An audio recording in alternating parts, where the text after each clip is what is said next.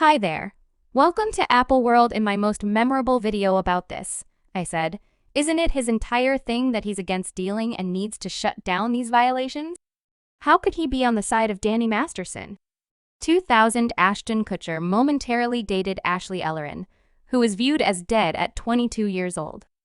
The letters were not composed to scrutinize the authenticity of the legal framework or the legitimacy of the jury's decision.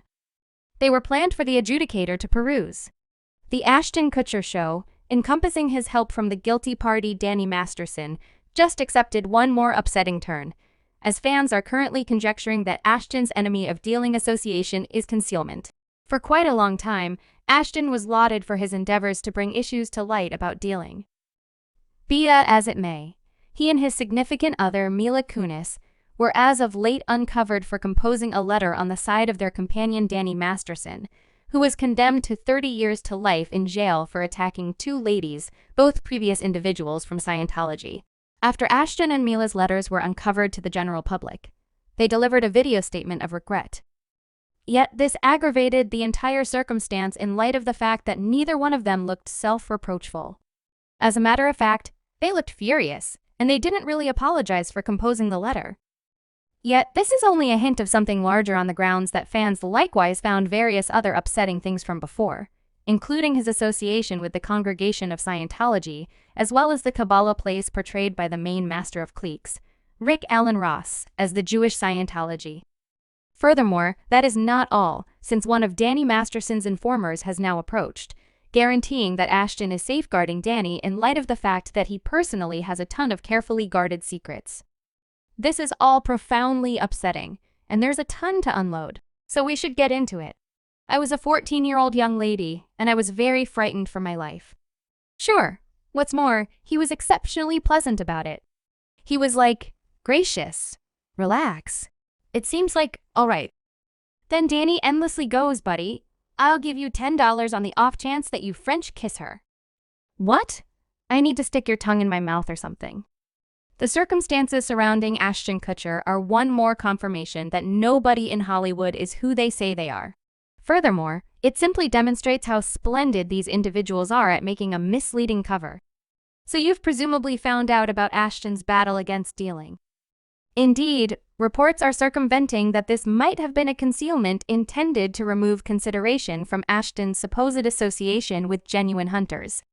Back in 2012, Ashton and his then-spouse, Demi Moore, established an enemy-dealing association called Thistle Computerized Safeguards of Kids. Furthermore, Ashton affirmed before Congress his central goal. I've been on FB. I strikes where I've seen things that no individual ought to at any point see. I've seen video content of a kid that is as old as mine. Presently, during this discourse, Ashton shared a tale about a 15-year-old young lady who was saved with the assistance of programming made by his association. Is it? Amy was found and got back to her family in something like 3 days, utilizing the product that we made. Be that as it may, considering late disclosures about Ashton's past and remembering recordings for which he made improper remarks around 15-year-old Hilary Duff, his declaration before Congress presently has an alternate tone. She's one of the young ladies that we are in general, sitting tight for to turn 18. Yet, to provide you with some context of how Ashton went from being regarded as a lobbyist to being blamed for concealing horrendous wrongdoings, everything began after news broke that Ashton and Mila Kunis had composed a letter to the appointed authority on behalf of their companion and previous 70s show co-star Danny Masterson. Masterson, an individual from the Congregation of Scientology, was viewed as at fault for attacking two ladies in isolated occurrences that happened somewhere in the range of 2001 and 2003. Furthermore, recently, he was sentenced to 30 years to life in jail. Masterson's casualties were previous individuals from the Congregation of Scientology, and a critical part of the preliminary zeroed in on the congregation's endeavors to conceal Masterson's violations. Leah Remini, another previous part who turned into a frank pundit of Scientology, gave an assertion after Masterson's conviction, saying that Scientology figured out how to conceal Danny's violations for a considerable length of time with the assistance of its inside organization, the Church. Authorities, its organization of media ravenous, untrustworthy lawyers, confidential examiners, specialists, and non-military personnel Scientologists. However, it turns out it wasn't simply the congregation of Scientology that exerted huge exertion in attempting to assist Danny Masterson with getting away from discipline.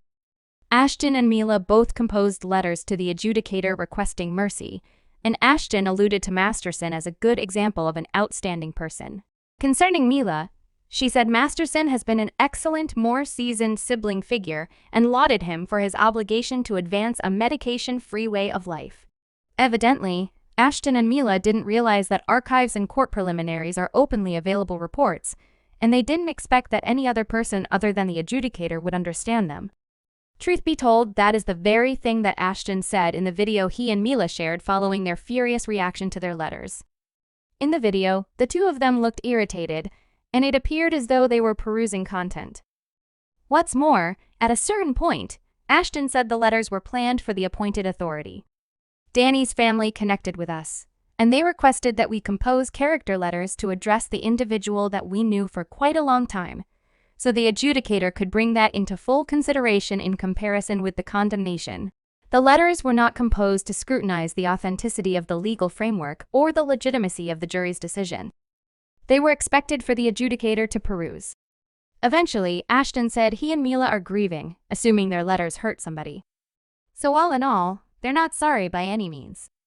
However, things just got more upsetting from here since fans likewise revealed an old meeting with Mila and Ashton, where Mila said that Danny bet Ashton on the arrangement of that 70s show, kissed her without her consent when she was 14. She was 14 when we began the show, and I was like 19. Correct, right? What's more, they're like, okay, you folks will be causing trouble in this situation.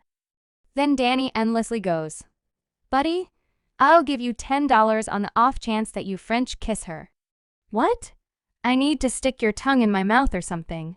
No. $10. You're making it sound like it was. Truly. Okay, damn, we had somewhat sideways going. And afterward, not long after this video became famous online, Danny Masterson's third informer, Chrissy Carnell Bixler, got down on Ashton and Mila, proposing that Ashton was concealing something while likewise implying that Mila was additionally a casualty. Dear Ashton, I know the mysteries your good example saves for you, Bixler. Ones that would end you. Did you fail to remember I was there? You were on speakerphone that evening. You called Danny on February 21, 2001. I heard everything. I heard the arrangement. As I would see it, you're similarly all around as wiped out as your tutor. Bixler then, at that point, tended to say to Mila, I suggest you start to handle what you encountered as a kid on that set. I likewise know that it occurred in Toronto, and after the question, assuming that is what you view as an ordinary relationship with an elder sibling figure, then, at that point, I feel exceptionally miserable for yourself, and I want to believe that you consider seeking treatment. In the interim, fans revealed additional alarming subtleties from before, including his supposed association with the homicide of his better half, Ashley Ellerin.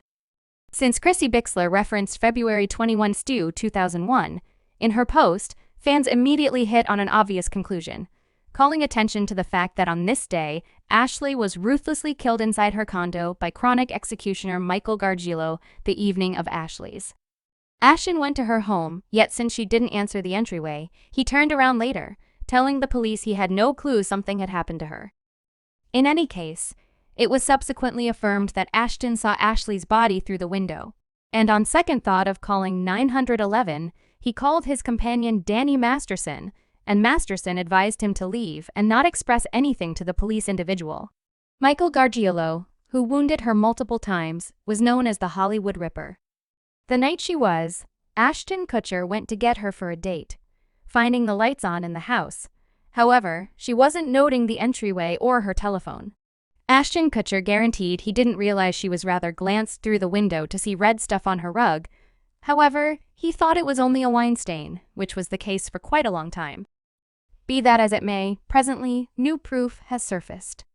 Ashton Kutcher realized she spent an hour in his vehicle calling individuals requesting what to do, one of whom was his 70s show co-star, Danny Masterson, who advised him to leave what was going on and not call the police.